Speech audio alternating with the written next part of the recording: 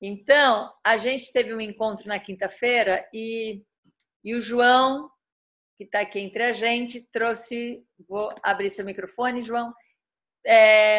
Ia trazer uma experiência, uma perspectiva. E aí eu queria começar com você, João. Eu não estou conseguindo abrir.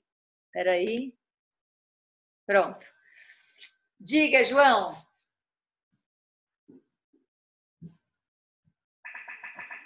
Espera aí que eu não estou te ouvindo. Ainda não? Também não. Tá ouvindo? Sim, pode falar. Tá ouvindo? Sim. Bom, eu comecei na educação, né, trabalhei há um tempo dando aula e parei um pouco para fazer pesquisas e deixei um pouco o processo de educação. Eu sou do Maranhão e fui morar em Porto Alegre há um tempo.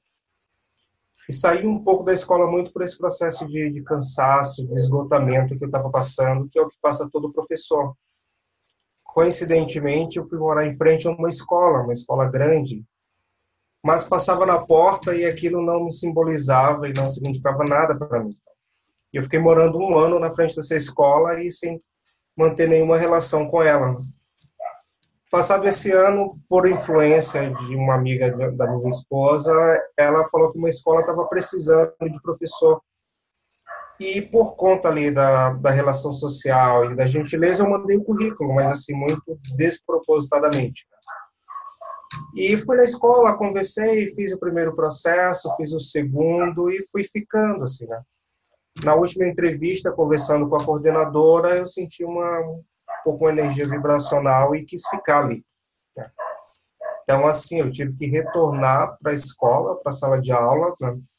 Não imaginei que eu retornaria, eu tinha saído sem necessariamente pensar em voltar, então a volta foi muito ocasional. E estando de novo em sala de aula, eu comecei a entrar em contato com outros processos, né? Então, eu estava agora em sala de aula com novos alunos, com novas culturas, novos hábitos, e tive que ali redesenhar todo o processo, porque a minha primeira experiência em sala de aula não estava funcionando mais, era uma outra turma, era um outro grupo. E eu comecei a fazer algumas práticas e alguns processos em sala de aula. E aí foi aí que eu fui percebendo algumas questões básicas, né? E a primeira questão foi quando eu comecei a abrir mão da posição de ensino para deixar os alunos dentro de uma relação de aprendizagem, tá? E isso foi uma sensação de angústia tremenda, assim, incrível, uma sensação bem ruim, uma vez que o professor, dentro da relação de aprendizagem, ele deixa de ser a figura central ali dentro da sala de aula. E eu fui começando a trabalhar um pouco essa relação, trabalhar um pouco essa experiência, né, de como era deixar de ser necessário, tá, dentro daquele processo de aula. E isso foi acontecendo aos poucos, né? E à medida que depois eu retomava o diálogo com os alunos, né, ficava nitidamente claro que eles não sentiam falta nenhuma do professor, né? Eles davam conta do processo e, novamente, você tinha que lidar com aquele feedback de que você não era necessário, né? Então, assim, foi e tem sido assim, uma experiência intensa, né? Quando você entra em sala de aula quebrando o objetivo de sala, né? Então, quebrando o objetivo da aula e vendo que eles têm plena condição de aprender da forma que eles querem e o que eles querem, tá? E aí, nesse aspecto, você, enquanto figura do conhecimento, você está ali totalmente, né, à deriva, né? Até que você consegue se reconectar consigo mesmo e passa a fazer parte da relação, daquela aprendizagem que eles estão construindo, mas apenas como mais um componente, não como um componente ali da verdade. Então, assim, são processos que ainda estão acontecendo, assim, ainda estou tentando dar conta deles, né? Tentando cada vez mais me transitar nesse espaço em que eu não sou o centro, né? Confesso que é muito angustiante quando você vai pensar na prática de uma educação em que está todo mundo parado te ouvindo, né? Então, mas ao mesmo tempo é extremamente belo quando você percebe aquele caos, né? Aquela confusão e ver que alguma coisa está acontecendo e crescendo ali dentro. Então, assim, eu estou bem no meio desse processo agora, né? E me transformando, me fazendo a partir disso. Então, assim, de um modo geral, essa é a experiência que eu tenho passado agora. Que bacana, João. Eu acho que você traz dois pontos essenciais, assim, entre todos os pontos, né? Um deles é que a gente, de alguma maneira, se identifica com a nossa profissão em busca de legitimidade. Então, quando você deixa de se identificar com o modelo da sua profissão, você está deixando de lado aquela legitimidade e isso geralmente vai gerar uma angústia. Mas como você disse, então não tem sentido um professor ali dentro de sala de aula, não tem mais sentido o adulto em volta junto com as crianças? Como é que é isso, né?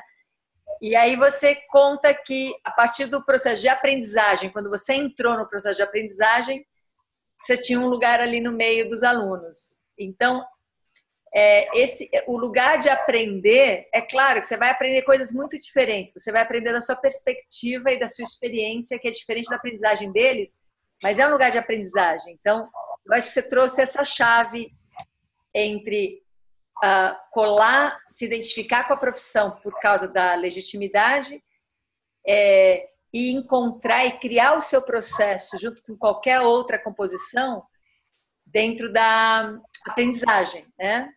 Então, alguém queria falar alguma coisa logo depois do João? Eu acho que eu vi alguma... Não? Tá, então eu vou aproveitar essa experiência que o João trouxe, que é prática, é rica, é ativa, e queria destrinchar talvez dois termos que são muito confusos para a gente, que é limite e contenção. Então, quando existe ensinamento, quando um adulto vai ensinar uma criança alguma coisa, eu arriscaria dizer que necessariamente vai entrar o limite. Porque quando um adulto vai ensinar algo, ele vai ensinar a partir do conhecimento, da experiência dele, das crenças, das marcas, dos padrões dele. Então, a pessoa que está ensinando, ela vai ensinar a partir do seu limite, a partir daquilo que aquela pessoa experienciou, captou, percebeu. Então, ela transmite um conhecimento, uma técnica, uma prática, seja o que for, quando é um ensinamento, a partir da sua experiência. Então, logo é um limite, porque você está fazendo com que o outro seja convidado a olhar o mundo através dos seus olhos. E isso é muito íntimo para mim, porque eu sempre me questiono isso. Eu tô falando de não ensinamento, de um espaço de aprendizagem onde a gente precisa destituir o ensinamento e, de repente, a gente abre aqui um encontro virtual e eu fico falando que nem uma louca, como se eu estivesse ensinando coisas, né? Não só aqui, como na jornada, como nos encontros e tal. E na verdade, uma coisa é da onde vem o processo, e não o que você está fazendo. Então, por exemplo, se eu estou aqui entrando no processo de aprendizagem, eu estou aproveitando esse privilégio enorme de ter várias pessoas vibrando e compondo aqui juntos para entrar no processo de aprendizagem. Eu, por exemplo, imagino que se algum dia eu abrir esse encontro aqui, nesse horário, qualquer horário que seja, um encontro combinado, e não tiver ninguém, eu não vejo por que gravar um vídeo, a não ser que seja gravar um vídeo sobre o que eu estou vivendo naquele momento, para a coisa ir se revelando. É uma sensação muito clara que eu tenho de ir produzindo e ir criando um olhar, um pensamento, uma perspectiva a partir do encontro. Então, eu me sinto num lugar de aprendizagem, né?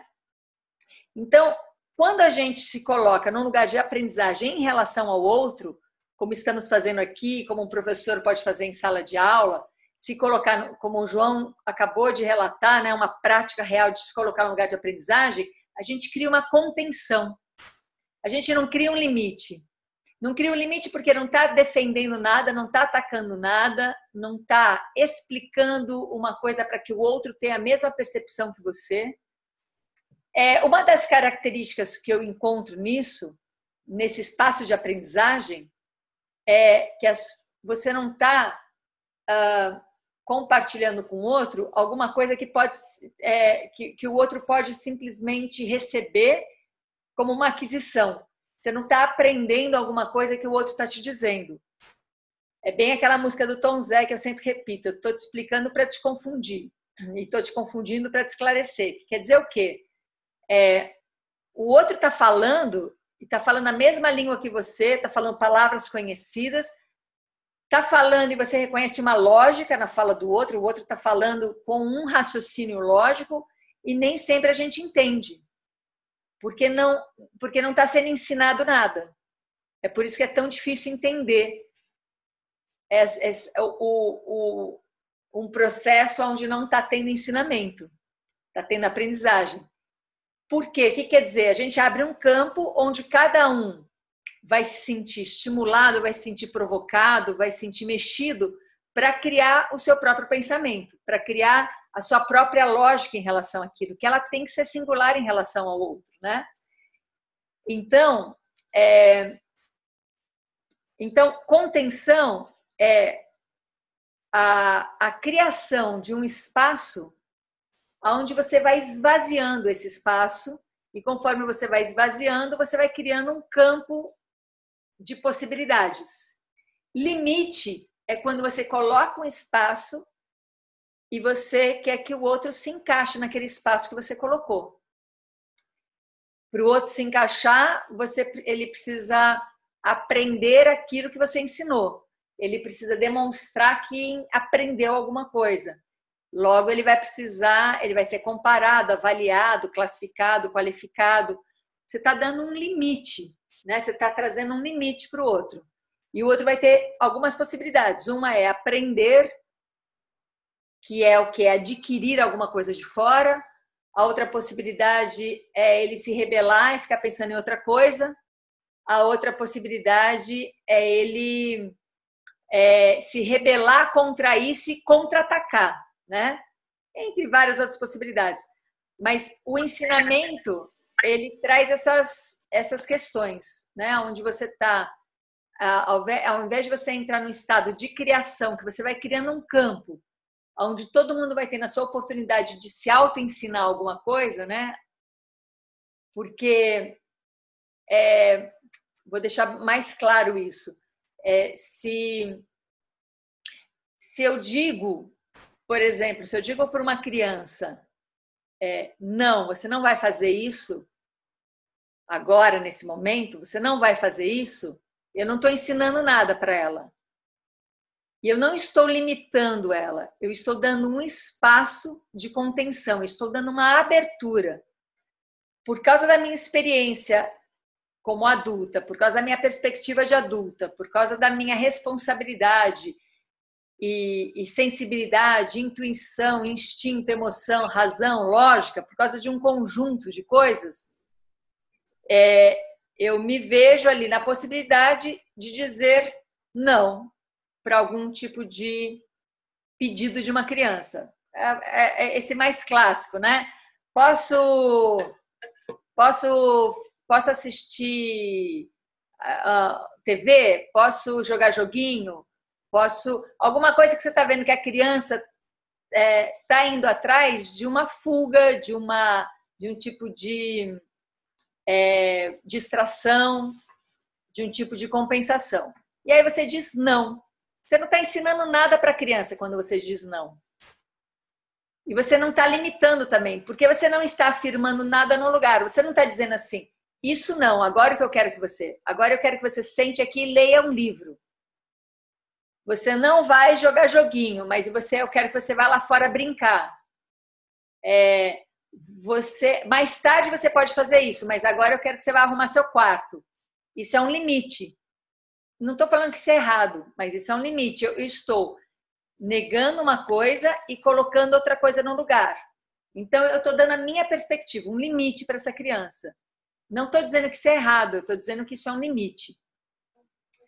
E o limite acontece quando eu entro em estado de ensinamento. Eu estou te ensinando a ser um ser social, eu estou te ensinando a ser uma pessoa que valoriza a educação, eu estou te ensinando a ser organizada, eu estou te ensinando alguma coisa. Esse é o ensinamento. Então, com o ensinamento, eu trago o limite, eu trago a minha percepção, a minha perspectiva, o meu desejo e a minha legitimidade também como adulta, né? A contenção, nesse exemplo, posso jogar joguinho agora? Você pode dizer sim ou não. Os dois podem ser uma contenção.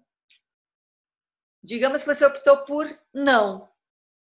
Esse não é uma contenção que dá à criança todas as outras possibilidades, inclusive de reclamar, de brigar com você, de dizer que você é a pior mãe do mundo. Você está dando todas as possibilidades para essa criança. Ou dela inventar alguma coisa. Raramente a criança vai ficar sem fazer nada. Em 5 minutos, depois do chilique, ela já está inventando alguma coisa. E essa invenção não partiu de um ensinamento, essa invenção partiu de um esvaziamento. Como ela teve uma contenção, que foi um não, ela abriu um grande sim, ou um pequeno sim, mas ela criou o seu sim. Então, e ali entra uma aprendizagem, porque o adulto que está falando não, ele se colocou em estado de aprendizagem, porque ele vai lidar com essa reação da criança ouvir não, ele também vai lidar com o que vai acontecer depois desse não. Ele também vai lidar com o que ele está sentindo em relação a isso. Então, ele tem um campo de aprendizagem. Isso é uma contenção. A contenção é quando eu tenho uma coisa e tiro daquela coisa tudo que limita a coisa em si. Então, só para fazer o vínculo com a vacuidade, que é um dos nossos apoios mais constantes no momento, a contenção é quando eu faço a vacuidade de alguma coisa. Isso quer dizer o quê? Aquela coisa, eu vejo que ela existe, eu vejo o sentido dela, e aí eu vou tirando tudo que não é ela. E aí desaparece e fica só a contenção, fica só o vazio daquilo, a vacuidade daquilo. Então, a contenção é criar um espaço vazio de alguma coisa que existe, de alguma coisa, não é o vazio. Então, você vira para uma criança e fala assim, vai ser livre, faça o que você quiser, seja livre. Essa criança, sem essa contenção, ela está recebendo um limite. Qual que é o limite do adulto que diz para uma criança, vai ser livre? É um limite de que eu não tenho ideia do que fazer com você, ou tenho medo de te atrapalhar, te bloquear. Então, é o meu limite. Vai fazer o que você quiser. Essa criança, quando ela ouve e vai fazer o que você quiser, dá muita angústia, porque ela não tem nenhum tipo de contenção, nenhum tipo de... Mas tudo, qualquer coisa, o mundo é muito vasto, né? Então, ela vai chamar a atenção. Ela vai falar, bom, se eu posso fazer o que eu quiser, provavelmente eu não estou sendo visto. Porque, como assim fazer o que eu quiser? Quem pode fazer qualquer coisa não faz nada, né? Então, ele vai começar a chamar a atenção. Não, olha para mim e diz o que eu posso... qual é a minha contenção? Olha para mim, se relaciona comigo. Não se relaciona com a sua ideia de que eu vou ser uma criança livre. Se relaciona comigo. Neste momento, a criança começa a aprontar, a te chamar atenção, a pedir coisas, a tocar o terror, né? E essa é uma maneira de chamar atenção e é uma maneira de você começar a dar ou contenção ou limite. A gente vai dar limite quando a gente não consegue dar contenção. para dar a contenção, a gente precisa se esvaziar de todo ensinamento. Para se esvaziar de todo ensinamento, eu tenho que me esvaziar de tudo aquilo que eu acho que isso tem que ser assim, esse é o certo. Eu tenho que me esvaziar do norte, da especulação. Eu vou fazer isso porque eu quero que essa criança se torne uma pessoa com esse tipo de conhecimento. Então, quem dá a contenção tem que estar no estado de esvaziamento. Porque se eu estou... Eu fiquei pensando muito nisso, porque eu conheço pessoas muito interessantes. Nós todos conhecemos pessoas pelo mundo, assim, e principalmente quando as pessoas são muito famosas, chegam notícias, mas a gente também tem parceiros, colegas, ou às vezes a gente mesmo é assim, que é nessa lógica de que são pessoas que adquiriram tanto conhecimento, que sabem tanto, que têm tanta facilidade, tanta instrução, tanta técnica e tal, que ela fica completamente perdida dela mesma, porque ela está ali o tempo todo tendo que lidar com tanta informação. Teve um dia que a gente estava sentindo as nossas filhas muito inquietas, assim, elas reclamavam muito de tudo. Eu e o Fábio, a gente ficou olhando para isso e de repente a gente teve um insight muito claro. Elas estão nesse momento sem problema nenhum na vida. Então, sem problemática, então quer dizer, vai dando uma aflição, eu preciso de um probleminha, pelo amor de Deus, e começa a criar um problema, né?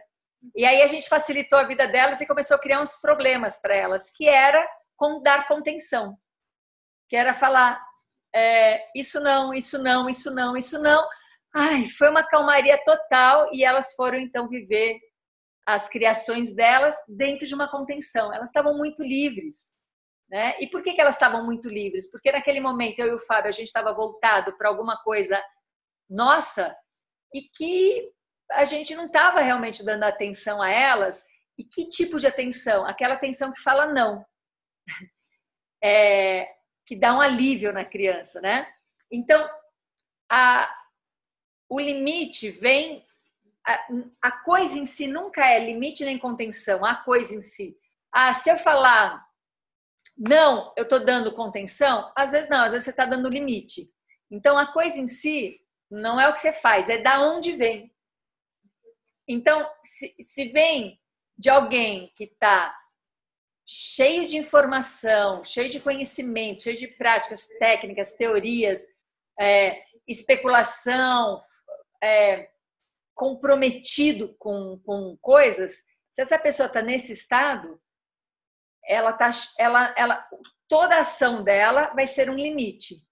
Às vezes é um limite assim muito amplo, porque é um limite de alguém que tem muito conhecimento. Aliás, é um paradoxo isso. Quanto mais conhecimento eu tenho, mais curto eu fico, porque mais prisioneiro, eu não vou tendo saída, né? Eu sei que eu não posso errar, porque eu sei muita coisa. Então eu vou ficando muito tenso com isso. É incrível as pessoas muito inteligentes, com muita informação, como elas são tensas, porque elas estão sabendo o risco que é viver, né? Então, se a gente pega e faz um outro movimento, que é se esvaziar, entrar numa vacuidade e gerar um ser que é uma contenção para si mesmo e não um limite para si mesmo, a gente consegue, nas nossas ações, nas nossas relações, gerar contenções para o mundo, para as pessoas, para as relações que não sejam limitantes. Então, a gente vai voltar para aquela questão original. Não vai existir nenhum modelo, nenhuma fórmula, nenhuma forma que vai nos garantir que a gente está trabalhando com contenção, com criação, nem com vazio. O que vai existir sempre é aonde você está, quem é você, da onde você está partindo. E daí, daquele lugar, necessariamente, alguém que está em autocontenção, necessariamente vai gerar um espaço de contenção para o outro, e não de limite. Por exemplo, aqui no nosso encontro, eu vou colocando coisas de uma autocontenção que eu estou fazendo comigo. Quando alguém fala alguma coisa que compõe, que decompõe, que que mostra uma outra perspectiva, é sempre muito bem-vindo, porque vai ampliando a nossa percepção. A gente não está defendendo uma ideia, então não tem um limite. Vai ampliando a percepção, vai fazendo com que a nossa conversa vá ficando cada vez mais refinada. Então, a gente não está se reunindo para entrarmos num acordo, num modelo, para a gente poder atuar de uma maneira coerente e que todos nós possamos criar um mundo novo. Não, é uma bobagem isso, né? A gente está entrando num campo onde a gente sabe que se a gente se esvaziar, a gente vai entrar num estado de contenção. E aí as nossas ações vão ser de contenção. E essas ações a gente pode, inclusive, fazer de uma maneira coletiva, mesmo que sejam separados. Como, por exemplo, no momento, eu estou chamando a vibração de fazer um processo de contenção em nós para, de alguma maneira, a gente consiga acessar um espaço público que eu consigo imaginar uma escola, mas pode ser que nos surpreenda sendo outros espaços públicos, mas um espaço público onde estejam crianças, e nesse espaço público com crianças a gente possa praticar um processo de contenção para estar com as crianças e não um espaço de limite para ensinar alguma coisa que eu já tenho estabelecido, né? E que vira uma prisão para mim mesma, porque quem ensina não só está aprisionando o outro, como está aprisionando a si mesmo. Então, essa é a base do nosso ponto de inflexão. É a gente entrar no social com uma ação concreta que afete diretamente a vida das crianças, sabendo que vai depender quem é que está fazendo isso e não o que a gente está fazendo. Vou abrir seu microfone aqui, Mariana. Deixa eu ver se eu consigo. Isso, fala. Foi? Foi. Muito bom de ouvir falar do não. Assim, depois do encontro de quinta, isso ficou... A experiência ficou ressoando e nessa escala privada, né, do doméstico, assim, das relações mais próximas, que ainda nem não é o professor, o aluno, a escola, mas é aqui. E aí eu fiquei pensando muito, olhando muito para esse não, assim, esse não de contenção que parte, né, de dentro em mim, e o não do antagonismo, assim, que dá força, né? E eu vivi situações muito banais, mas que, tipo, é diferente o não que antagoniza e que dá força para aquele debate, para aquela disputa, né? Um jogo de poder, assim, tipo, dois adultos. Não, isso não. É diferente do não que cria um espaço de criação mesmo. E aí é muito mais fácil lidar com a criança que recebe isso do que entre dois adultos que estão disputando ali aquele território, né? Isso eu vi claramente, assim, e eu tava justamente hoje de manhã respirando nesse ponto, a diferença desse não e sim, que não é questão de não ensinar, mas de como me colocar, ou me enxergar nesse campo, assim, de antagonizar, mas peraí, eu tô dando força para uma coisa que não faz sentido. Mas é a dúvida, não é? Tipo, né? Você trouxe, assim. Mas esse antagonismo que vem com a ameaça, vem com a recompensa, vem com a explicação, tipo, não é isso que eu estou fazendo. Não, nem cabe, né? Porque explicar o quê para quem? É isso, assim. Sim, é bem claro isso que você está falando, porque o não antagonista eu quero que você veja o mundo com os meus olhos. Eu quero que você pense igual a mim. Eu quero que você legitime aquilo que eu estou dizendo. Esse não da contenção, você não sabe o que é para ser feito. Você já sabe o que... Essa é a internet que a gente tem no meio do mato, aquela que cai e volta. Tudo bem? Estamos de volta já? Tá. Então, olha a diferença. É bem simples, na verdade, né? Quando a gente parte de um não, que você não sabe qual é o sim, você não sabe qual é o certo. Você sabe o que é errado, o certo você não sabe. A técnica Alexander é bem baseada nisso. Você sabe o que você tem que parar de fazer, você não sabe o que você tem que fazer. Então, o que a gente vai chamar aqui de errado? Que a gente sabe o que é errado. A gente sabe que as marcas, os padrões, as crenças e os hábitos são forças que estagnam, são estruturas estagnadoras, porque são intermediários. Então, você não entra em relação com alguma coisa, você entra em relação com a marca, você entra em relação com o padrão, com aquilo que te provoca algum tipo de desestabilização. Então, você não age, você não cria, você reage porque você já tem uma marca estabelecida. Então, quando eu sei qual é o certo, eu estou necessariamente em alguma coisa pré-determinada. Eu não estou em relação, porque eu já sei qual é o certo. E aí eu quero que o outro compartilhe o mesmo certo que eu penso. Então, ensinar é já saber alguma coisa. Então, eu só ensino o que está estagnado. Eu só ensino o que já está marcado, o que já está preso em mim, o que está antivida. E quando eu entro em processo de aprendizagem, eu posso até desenvolver um tipo de lógica, de pensamento, de prática e tudo mais, mas está sendo criado por causa da relação. Está sendo criado em relação. Então, é como se algo estivesse se revelando. Então, imagina o seguinte, alguns, de repente, vão fazer isso através da música. Então, quando alguém desenvolve uma música, ninguém ensina ele. Imagina um professor de música que fala assim: eu vou te ensinar a escrever uma música, a compor uma música, eu vou te ensinar isso. Faz o seguinte, ó, faz um dó, agora faz um fá, pronto, você está aqui. Não existe isso. Você não tá. É impossível você ensinar alguém a criar uma música, né?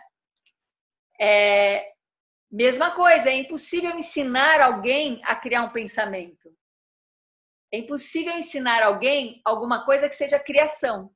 Eu só vou ensinar aquilo que já está feito. Não é que é ruim aquilo que está feito, só que aquilo que está feito, ele acaba funcionando como uma prisão. Então, se eu chegar para um músico e falar assim, você não precisa criar nenhuma música, você pode tocar essa música e de preferência da maneira absolutamente mais igual ao seu original, que também não é uma coisa ruim, porém você está limitando o campo de ação daquela pessoa. Que, por outro lado, pode ser que você esteja dando a ela uma oportunidade de ter uma experiência, de entrar em contato com alguma coisa que dá um movimento dentro dela, mas aquilo tem que ser passageiro. Ela não pode virar aquela pessoa especialista naquela única música e viver disso para o resto da vida. Aquilo tem que ser passageiro. É uma ferramenta que você passa por isso. Então, nós não estamos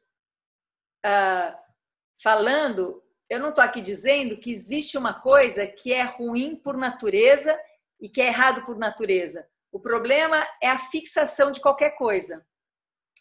E quando eu entro em estado de aprendizagem, é impossível fixar qualquer coisa, porque a aprendizagem é o tempo todo um processo de aprimoramento, desenvolvimento, de olhar para camadas, de rever coisas com outros olhos. Por isso que a gente não está desenvolvendo um modelo, nem um método, mas a gente está desenvolvendo algumas plataformas de sustentação. E uma delas não dá para existir ensinamento se você está dizendo que você está entrando em estado de criação. Ensinamento não faz parte do processo de criação. Eu estou aqui com 2 convidados que estão me ajudando aqui, me soprando, e a Ara me disse, é unidirecional quando você vai para o ensinamento. Outra coisa que sustenta, né, esse tipo de plataforma é que não existe nada que vá funcionar por si só. Não existe uma prática, uma técnica, um tipo de palavra, um mantra que ele vai funcionar só porque ele funciona. Sempre vai depender de onde está vindo. E da onde está vindo é um ser que está em contenção ou limitado. Se ele está em contenção, esse eu imaginário, que existe, mas não da maneira que a gente acredita, esse eu é uma contenção e não um limite que te fala, bom, o que você é se resume ao que eu já sei de você, ou o que eu acho que eu já sei de você, ou o que eu acho que eu sei de mim mesmo, né? Então, a gente, nesses encontros, eu acho que a gente vai levantando pontos que vai criando uma plataforma que é para a gente ter como um apoio mesmo, uma contenção para entrar no campo criador. Porque não adianta a gente dizer que existe uma fórmula. Eu sei que dá muita vontade, principalmente quando o problema é pessoal. Então, a gente está lá com uma questão na escola, com os alunos, ou está com uma questão com filhos, ou está com uma questão com um parceiro, com alguém, e fala assim, olha, mas me ajuda nessa questão específica. O que você acha que eu deveria falar ou fazer nessa situação? Dá muita vontade da gente ter algum tipo de fórmula. E até tem uma fórmula que é assim, olha para você. Em qualquer questão que seja, limite, olha para você, veja o que você está sentindo, veja o que se revela dali. E quando isso se revela, esvazia isso. E quando isso se esvaziar, deixa abrir esse campo vazio e espera. Espera, porque não tem como. Volta para a relação e vai ter algum outro tipo de criação, né? O bom é improvisar. E aí eu vou iniciar um ponto a mais, assim, que a gente não vai esgotar hoje. Como é que a gente faz para entrar nesse processo de quando algo se revela, a gente conseguir esvaziar? Então, a gente tem a vacuidade a nosso favor, a gente tem espelhamento, inibição, várias práticas que a gente vem fazendo ao longo desses anos todos, que estamos em interlocução, né? Mas existe, a base de tudo isso, vou revelar a base de tudo isso. Existe uma única coisa que é a base de tudo isso, que é perder. A base de tudo isso é perder algo.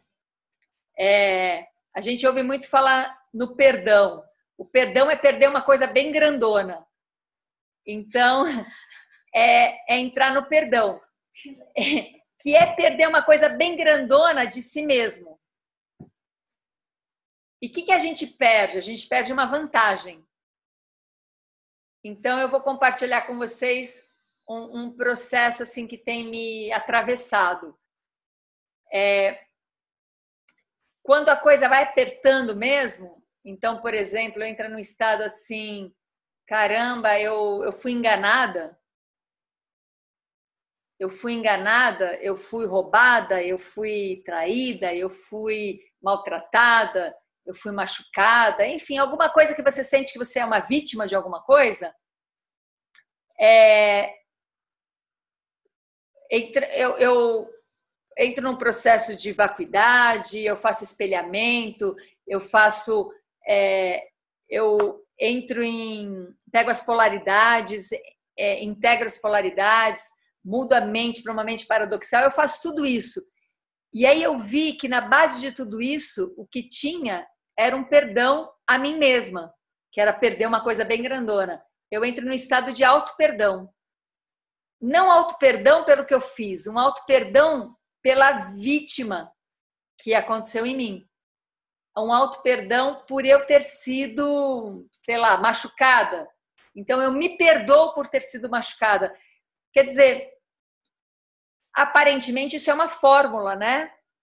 Se perdoe do que aconteceu com você, do que fizeram para você. Se perdoe do que fizeram. Então, vira uma fórmula. Bobagem se virar uma fórmula. Mas quando você entende que você é coprodutor, que você, de uma certa maneira, está atraindo aquilo para você, de uma certa maneira, você está compondo, porque você ganha uma vantagem com isso, você ganha algum tipo de vantagem, você ganha o lugar de vítima, você ganha o lugar de quem agora pode cobrar, ou de quem agora pode ficar menos atrevido, assim, pode voltar a um estado mais afastado, enfim.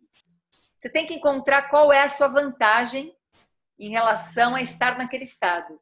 E quando você encontrar essa vantagem, você entra num estado de perder uma coisa bem grande, que é a vantagem, que é o perdão. Então, eu vou sugerir que a gente faça essa prática. Que todo mundo pense em alguma situação que você foi vítima, que você foi desrespeitado, abusado, traído, machucado. Tudo aquilo que, se você contar para alguém, a gente vai concordar que o outro te fez alguma coisa de ruim, que o outro provocou alguma situação onde você foi vítima. Busca aí alguma experiência que você possa reconhecer que você foi vítima real. Alguém fez verdadeiramente uma coisa para você, alguém bateu em você. Então, como é que você vai dizer assim, eu sou responsável por ter apanhado? É difícil isso, porque vai parecer assim, então a culpa é minha, é que nem aquela história que fala assim, a menina saiu de mini saia, mexeram com ela e a culpa é dela, porque ela saiu de mini saia. Não é isso que eu estou falando. Eu não estou dizendo que porque uma outra menina pode sair pelada e ninguém mexer com ela. Não é a coisa em si, né? É que tipo de atração você está atuando. E essa atração, ela atrai coisas para te revelar coisas para você poder se libertar disso, né? Então, que a gente consiga fazer bom uso de todas as situações, mesmo que incômodas, e que a gente consiga também prevenir situações que aconteçam e que a gente, principalmente, faça com que as coisas deixem de ser necessárias. Então, vamos lá. Todo mundo pensou em alguma coisa que você foi vítima. E aí reconheça, né? Eu fui vítima porque eu apanhei, porque eu fui abusada, porque eu fui traída, porque eu fui machucada, desrespeitada. Traz o que foi que te aconteceu e elabora essa frase com você. Eu me perdoo por ter sido machucada. Vê como se isso ressoa dentro de você. Eu me perdoo por ter sido maltratada, por ter sido desrespeitada.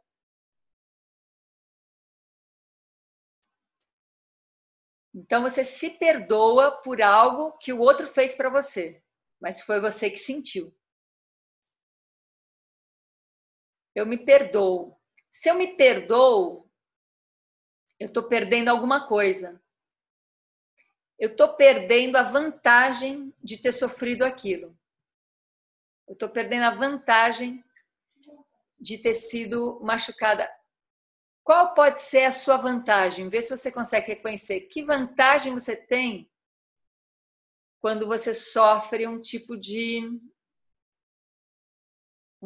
ataque? Que vantagem você tem com isso? Vê se você descobre. Quem não descobrir a vantagem, compartilha aqui com a gente que a gente tenta descobrir juntos.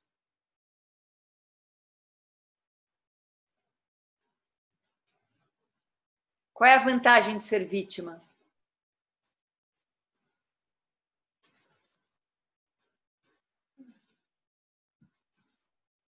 Encontrou? Então, se você encontrou essa vantagem, quando você fala eu me perdoo de ser essa vítima, você está abrindo mão dessa vantagem. Estou perdendo isso. Perdão nesses termos de perder uma coisa.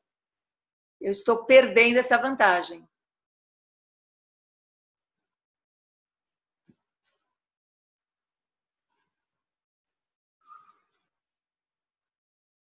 e veja qual é a sua sensação, sabendo o que você está dizendo. Eu me perdoo de terem me machucado, e algo em você sabe que você está perdendo a vantagem de poder reagir com o direito de quem é vítima.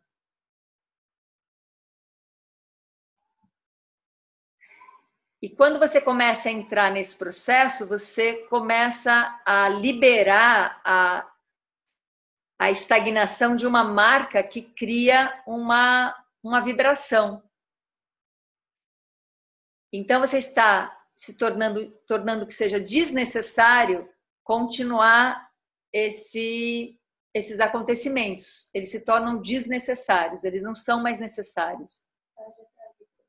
Porque você para de vibrar isso, porque você está perdendo a vantagem. E é a vantagem que segura essa estagnação. Sem essa estagnação, a vantagem não sustenta. Se alguém quiser falar alguma coisa, só abre o microfone. Como karma, né? Ele volta a repetir isso. É como karma, é como Nietzsche fala do eterno retorno, né? Você vai começar a sempre reproduzir eternamente aquilo que você é. Então, a gente tem que estar o tempo todo em estado de transformação para nunca ser capturado pelo sempre estar no estado de estou, né? Porque o já estagna. Fale, Diana. Não, eu tô com problemas porque... boa tarde, né? Não, porque eu super tô entendendo, mas não tô conseguindo acessar porque tá difícil, eu acho. Porque eu encontrei qual é a vantagem, mas ao mesmo tempo ela me bota no lugar de pensamento e não tô conseguindo ir para conexão, entendeu?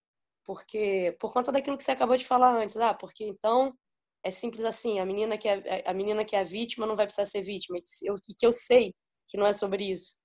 Mas como eu me sinto vítima, e isso acabou de sair na tarô ontem, né?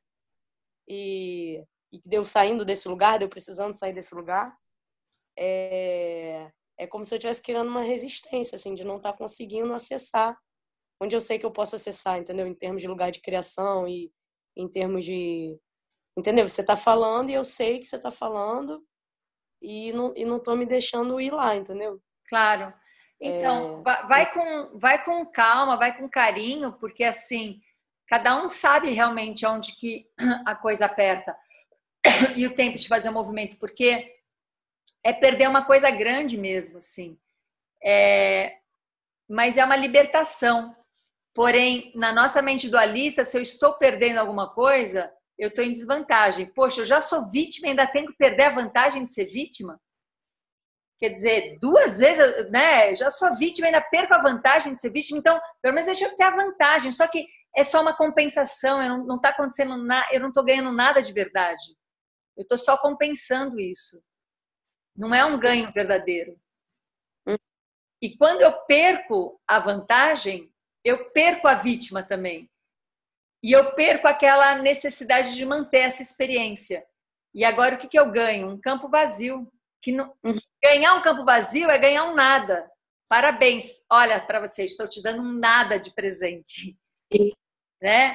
E só que um nada é um campo de construção que te abre um monte de possibilidades. Então, eu não estou falando de um nada niilista, onde é nada, então é nada. Não, é um nada de infinitas possibilidades. A gente, imagina, a gente foi criado numa cultura, a gente quer o tempo todo aumentar patrimônio, aumentar conhecimento. Como é que chama isso que os políticos falam? Que a gente precisa aumentar a gente está em crescimento econômico, aumentar o nosso PIB. A gente quer aumentar, ter mais. E, na verdade, é cíclico, né? É ótimo a gente crescer, crescer, crescer, crescer. E a gente precisa também começar agora a recuar, recuar, recuar. Recuar não é ir para trás. É agora começar a encher a mochila e vai esvaziando a mochila. A mala está cheia, vai esvaziando a mala. Vai ficando leve. Vai digerindo. Essa coisa assim, se você come o suficiente, você digere. Se você come mais do que você precisa, você fica constipado, fica com dor de barriga. Mas acho que o ponto de angústia é quando, nesse papel de vítima... Voltamos. A angústia é quando a gente não consegue desinstalar da situação do outro enquanto agressor. É mais fácil apontar o erro do outro do que se auto-perdoar e se ver como vítima. A Yara está falando que é mais fácil a gente apontar o erro do outro do que se auto-perdoar, né? Se auto-perdoar é a coisa mais difícil que existe, porque você realmente entra no perdão, você entra na verdadeira perda de uma coisa grandona. A gente já sabe que quem ataca também é vítima. Quem tá lá, tem um professor ensinando um monte de coisa para crianças, criando um campo de limites enorme, criando uma situação de desinteresse total, né? Então tá lá aquele professor nessa sala, como o João descreveu para a gente ali no primeiro momento, né? Esse professor é vítima.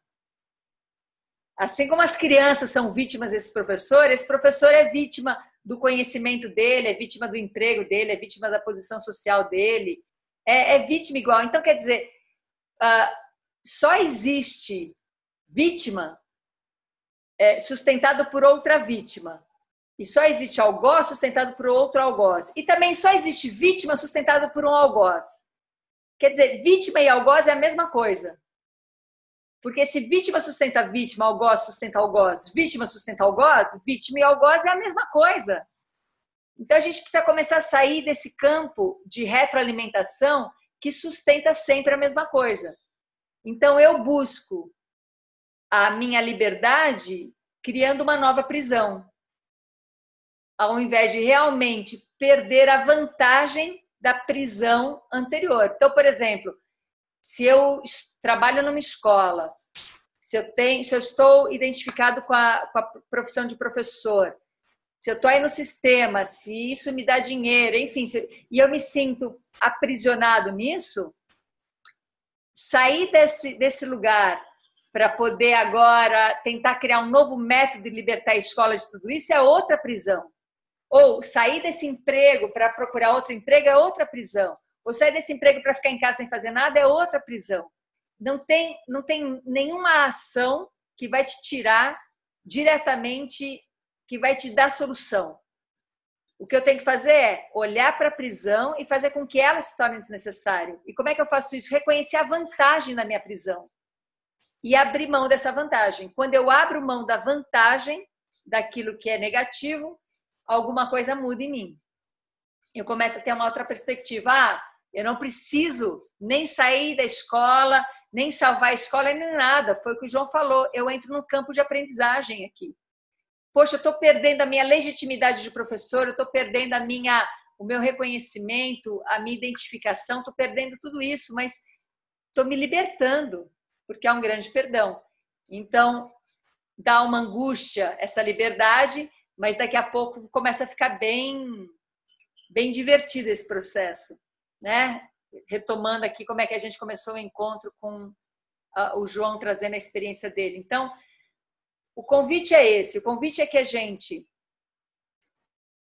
siga aqui nos encontrando, reunindo e podendo desenvolver alguns movimentos em nós e que cada vez mais vocês possam trazer também as suas perspectivas, as suas experiências em relação a isso, para a gente entrar num estado de contenção, autocontenção. E desse estado de autocontenção, entrar na prática, atuar dessa contenção para gerar contenção em todas as nossas relações e aí a gente atuar no social. O que quer dizer no social?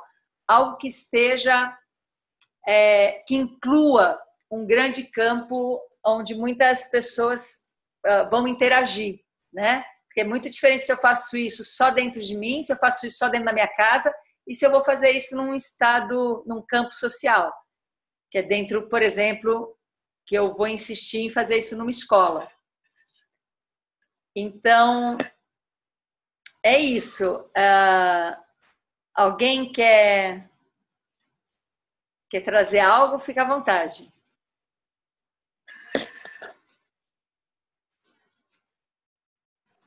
Eu vou falar rapidinho, é só que me veio quando você falou a coisa da prisão, a vantagem, me pareceu muito clara e teve a ver com o curso da Carla no final de semana, que é a vantagem da segurança, né? E é muito contraditório que a prisão pareça segura, né? Que a gente... Mas porque tem isso, é a vantagem da segurança, porque você não voa. Por que você não vai para a liberdade, para o risco? Porque você não sabe, né? Para não criação de expectativa, porque é seguro, né? É seguro a prisão, né? Então, só isso que eu queria trazer. Perfeito. Fala, Lia. Então, eu vivi uma experiência assim bem parecida com mães, com pessoas que estão envolvidas com o trabalho de autista. Eu não conhecia nada a respeito de autismo, né? E uma mãe me procurou querendo que eu auxiliasse na alfabetização dele. Ele é autista e deficiente intelectual. Falei, poxa, eu não sei, mas o que a gente pode fazer? A gente pode montar um grupo de pesquisa para a gente juntos procurar e ir buscando, né? E foi criado isso, mas foi muito interessante, porque eu, como professora da faculdade, foi na faculdade, né? Em dias de sábado. E aí começaram a aparecer, a princípio era para ser as pessoas, os estagiários que cuidam das crianças, né? Mas já começou a aparecer psicólogo, fonoaudiólogos, pai, mãe, professor, supervisor, virou um. E era bem nesse aspecto, eu não sei, vamos juntos buscar. Então eu não dava resposta, eu ajudava a mediar essa situação, assim, pensar junto. Foi 1 ano e meio, esse semestre eu não fiz, eu estava sobrecarregada com outras coisas, mas eu achei muito interessante ficar nesse papel de quem não sabe, tendo sido a propositora da situação, e explicitar isso para todo mundo. Eu li, então, tal coisa, eu não sei, vamos pensar junto. Então, teve a oportunidade de lados, assim, mães que reclamavam de escolas, professores que reclamavam de pais, estagiários, psicólogos e fono que não gostavam dos papéis, às vezes, da escola. Eu falava, gente, aqui a gente está por uma coisa só, vamos tentar achar o que a gente pode fazer, pensar a respeito disso. Então, foi uma situação o mais próxima dessa situação que eu vivi. E a outra coisa é que, quando eu fui para Piracaia a primeira vez, eu falei para você, eu vou me aposentar e eu quero saber o que eu vou fazer, né? Então, essa proposta de desescolarização sua foi... proposta não, a desescolarização dos teus filhos foi o que me chamou a atenção nisso. E hoje, assim, eu já tô, esse dia 21 de dezembro, eu faço 60 anos, aí eu me aposento da faculdade também, e muitas propostas, Lia, vamos fazer isso, vamos fazer aquilo, vamos fazer um quintal, vamos fazer, brincar com as crianças, vamos isso, e pais, e professores, e eu sempre falo, não é isso. Não é isso. Então, acho que eu estou me esvaziando e não estou aceitando qualquer coisa. Porque não bateu ainda uma coisa que é essa coisa que está aqui dentro, que vem nascendo daqui, sabe? Que é não estar no lugar de ensinante. Estar no lugar de aprendente. Porque eu estou aprendendo muito. Eu tenho aprendido muito. Então, acho que eu fico até tranquila, porque às vezes as pessoas falam assim, Lisa, você está perdendo uma oportunidade. Eu falo, mas não é isso, eu não quero me amarrar de novo em coisas que não tenham significado, que não falem de mim, sabe? Então, eu acho assim, muito legal, eu estou terminando o 3º ano de jornadas. Nesse não saber o que fazer. Bem direcionado esse não saber. Eu sei o que eu não quero. É isso mesmo. É é que talvez a gente tenha uma ideia, um preconceito equivocado do que é não saber, né? Que é como, se eu não sei, vai me dar um branco. Só que a gente não tem ideia da onde vem a produção do conhecer, do experimentar, do saber. É justo do vazio. O exercício que eu me fiz em todas as jornadas, né? Agora, daqui 15 dias a gente termina nossa última jornada. O exercício que eu fiz em todas elas foi sempre... eu intuía um tema e já jogava esse tema, ia vivendo já a minha jornada até chegar ao encontro de todos e começar todas as jornadas sem saber. E quanto menos eu colocasse qualquer interferência, mais ela ia sendo criada. E as interferências que a gente coloca são os conhecimentos. Por exemplo, para mim a jornada mais desafiadora, a mais difícil, a que mais me deu trabalho foi a jornada da dança, justo porque é o que eu tenho mais forte dentro de mim. Então, não era fácil o tempo todo poder me libertar dos meus conhecimentos para poder... Agora, vamos fazer uma jornada como a última, a jornada sistêmica, sem que eu conheça nada sobre constelação. A jornada foi de uma criação incrível, assim, foi de uma satisfação enorme, porque foi um processo 100% de aprendizagem, né? Não tinha ensinamento. Porque não tinham o que ensinar ali.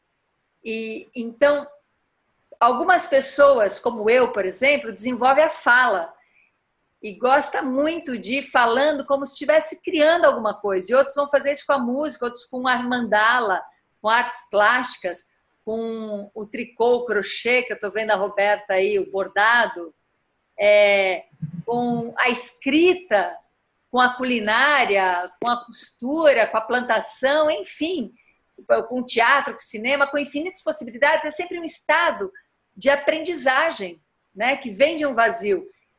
E a escola faz o oposto, coloca alguém ensinando.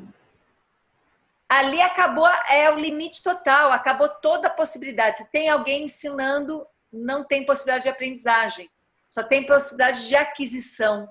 E essa aquisição vai ser avaliada, reavaliada, você vai se identificar com ela ou não. Então, quer dizer, é ponto, assim, base desse nosso desenvolvimento. Onde houver ensinamento, não tem aprendizagem, não tem campo vazio e não dá para abrir concessão com isso.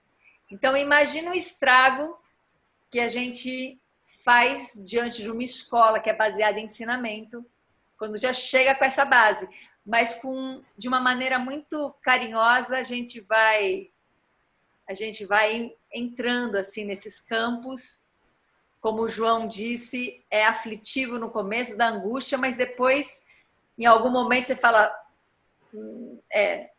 esse realmente faz mais sentido, né? Não é não, João?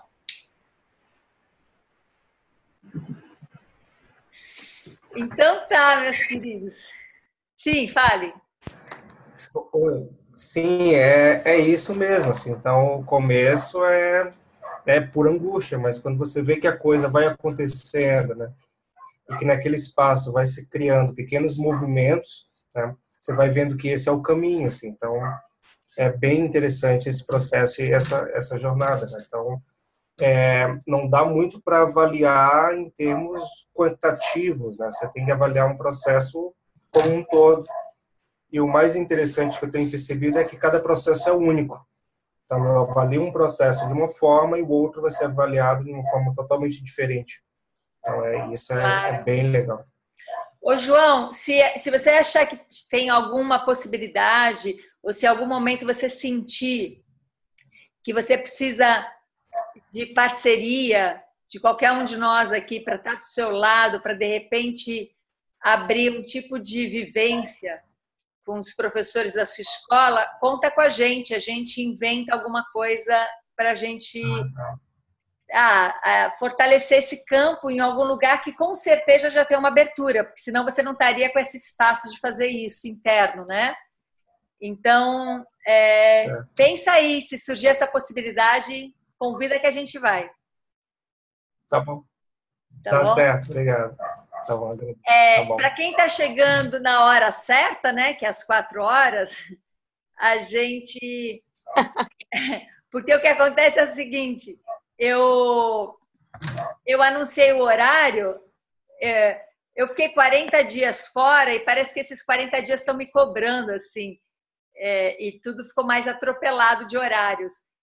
E depois que eu anunciei o horário, que eu me dei conta que eu tinha um compromisso às 4h30, já firmado com as minhas filhas. Então, que eu tenho que levar as meninas lá para outra cidade, para o ensaio geral da apresentação delas. Então, por isso que eu passei para as 3 horas. Aí eu avisei pelo MailChimp, avisei de novo, tentando ver se eu pegava todo mundo avisado. Então, desculpa quem não chegou a receber essa mensagem, mas a gente começou às 3, vai finalizar agora. Isso está gravado, daqui a pouco eu já subo lá para o YouTube. E amanhã é às 7. A Cuca está viajando, não vai estar com a gente, mas a gente vai fazer o nosso encontro do ponto de inflexão às 7 horas e quinta-feira às 9 horas da manhã. Tá certo? Então, eu agradeço muito. Eu sempre acho que eu vou abrir aqui esse Zoom e que não vai ter ninguém aqui, porque eu falo, esses malucos não estão disponíveis a qualquer hora, né? E aí vocês são muito parceiros, muito ponta firme. E eu quero agradecer muito, porque realmente eu não conseguiria entrar em estado de aprendizagem sem essa interconexão. Eu prometo que eu vou falar cada vez menos e cada vez mais ocupem espaço, porque é uma criação de todos nós. E estamos juntos. Nos vemos amanhã, quem puder. E beijo para todo mundo. Até breve.